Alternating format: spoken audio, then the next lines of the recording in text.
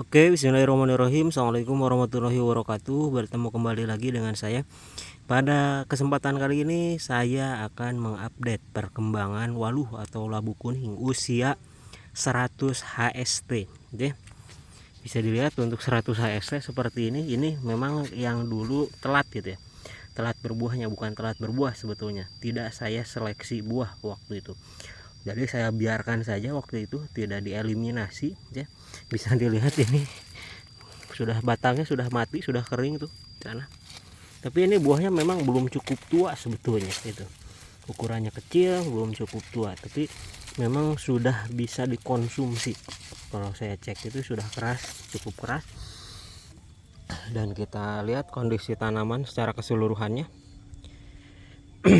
Ya, sudah pada mati memang. Dulu itu pas masih bagus, ini banyak sekali gitu ya, daun-daunnya pada tinggi-tinggi.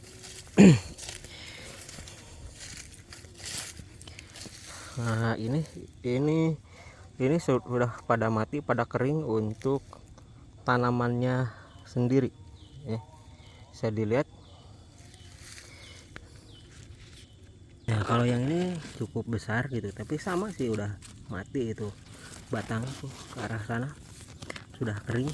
Ini ada sekitar 2 kiloan ya. Nah ini besar, ini ada sekitar 3 kiloan. Dan lihat tangkainya sudah mulai mengering juga untuk tangkainya sendiri. Berarti memang usia tanaman waluh itu adalah maksimal itu 100 hari. Jadi 100 hari itu sudah mati mengering ya. Tips dari saya kalau mau menanam waluh itu, jadi pas awal tanam itu pas musim hujan gitu ya, mendekati musim kemarau, tapi sehingga ketika masa pembesaran buah sampai panen, bisa 2 minggu sebelum panen itu mulai masuk musim kemarau, sehingga tidak banyak gangguan jamur dan tidak terlalu lembab untuk cuaca dan permukaan tanah, sehingga tidak mudah membusuk dan tidak terlalu banyak penyakit gitu ya. Kalau mau tanam waluh, beda dengan misalkan menanam waluh di musim hujan. Di musim hujan itu sangat sulit untuk mengendalikan air ya, kadar airnya terutama di permukaan tanah. Karena kalau terendam batang waluh itu nantinya bisa atau peluang membusuknya cukup besar. Kemudian jika buah waluhnya sendiri terendam air atau basah gitu ya, jadinya kan lembab, itu mudah sekali terkena penyakit, kemudian mudah membusuk. Beda dengan di musim kemarau. Jadi pembesaran sampai panen itu idealnya musim kemarau. Ya saya nanam waluh itu mulai bulan Mei waktu itu. Jadi Mei Juni itu masih musim hujan. Nah masuk Juli itu mulai kemarau. Berarti 2 bulan di musim hujan, dan bulan ketiga itu mulai masuk musim kemarau.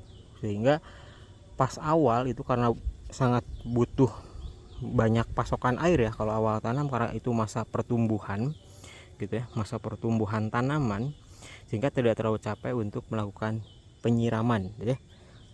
Dan kemudian jika sudah besar, batangnya sudah besar dan sudah panjang-panjang gitu ya, itu kan akarnya juga sudah pada dalam menyebar, sehingga tidak terlalu butuh pasokan air yang cukup banyak gitu ya. Jadi kalau saya siram itu seminggu 2 kali, paling seminggu 3 kali kalau di musim kemarau. Nah ini ada lagi ya, contohnya ini sangat hijau sekali gitu ya. Masih sangat hijau sekali dan terkena hama, karena saya sudah tidak semprot lagi menggunakan pestisida.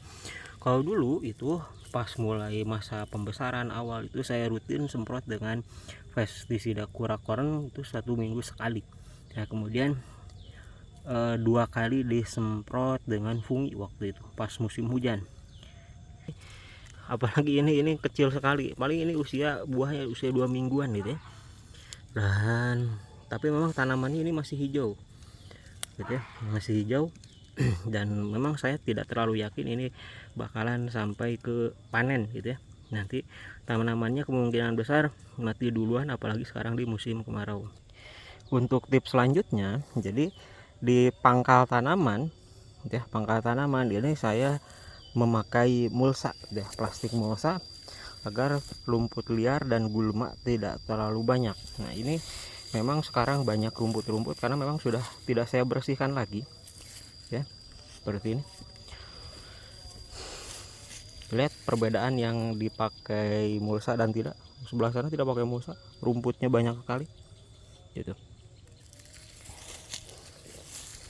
Nah ini pangkal batang pohonnya besar gitu ya, ukuran jempol tuh, 2 kali lipat ukuran jempol mungkin, subur.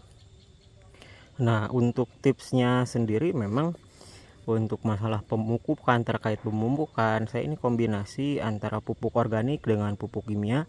Pupuk organiknya ada kohe, kotoran hewan, atau pupuk kandang ya. Pupuk kandang saya menggunakan kotoran kambing. Kemudian ada pupuk organik kemasan dari PT Natural Nusantara semuanya. Ada POC Nasa, ada Hormonik, ada Power Nutrition, ada Super Nasa granul, kemudian ada Hormonik juga ya. Untuk interval pemupukan sendiri rata-rata saya ini sekitar interval 1 minggu sekali sampai 10 hari sekali juga. Tuh. Jadi sampai panen saat ini pemupukan itu dilakukan kurang lebih 5 kali atau 6 kali gitu ya waktu itu. Nah saya akan melakukan pemanenan yang ini karena memang tadi tangkainya itu sudah kering, sudah mati. Bismillahirrahmanirrahim. Ini pakai gunting 1, yang ini 2, ini 3. Nah ini meskipun belum cukup tua gitu ya, tapi sudah layak konsumsi dan batangnya sudah kering. Bismillah. 4,